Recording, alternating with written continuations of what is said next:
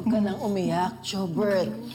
Hindi naman kita pababayaan. Akong bahala sa'yo, anak. Ayaw, alis. Dito lang, Jobert, ate. Jobert, kailangan natin gawin to. Babalik ka kapag malakas na at magaling na si Jasmine. Kapag matibay na siya, pwede na kayong maglaro. Kailangan mong maintindihan yon. Iintindihan mo naman, di ba?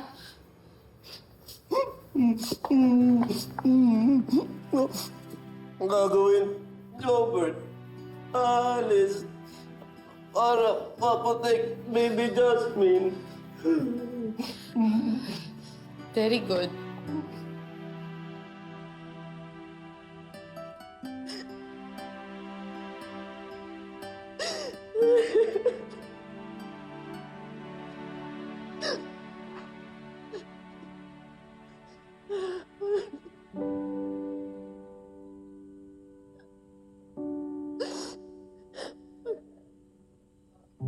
Manang Yuli, bakit po kayo umiiyak? Manang. Wala.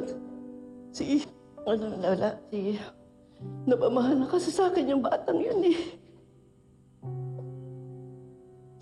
Manang Yuli, hindi pa nga po kayo masyadong matagal nagkasama ni Jobert pero sobrang namimiss niyo na po siya. Ayan nga, iniiyakan niyo na po siya.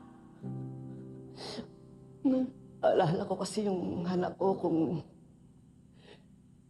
nabubuhay pa sana siya.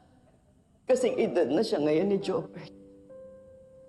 Alam niyo po, Manang Yoli, mamimiss din po namin siya ni Oscar. Kasi masaya siya kasama.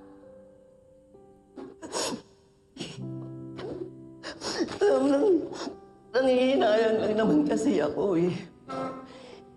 Hindi nakikita ng mga amo natin kung ano yung nakikita natin dun sa bata.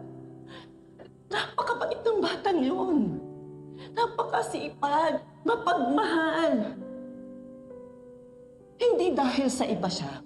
Siya na yung may kasalanan kung bakit pagkaganon yung baby. Susunod, Jobert ay ate. Para hindi na galit kay Jobert ate. Jobert. Hindi ka... Kahit kailan hindi ako magagalit sa'yo. Mahal na mahal kita. Kailangan lang natin itong gawin para kay Jasmine. Ha?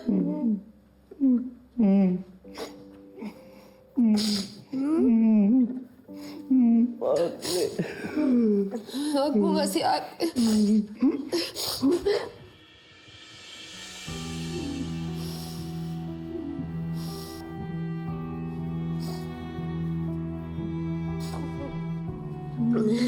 Higugmatik ka, ha? Higugmatik ka.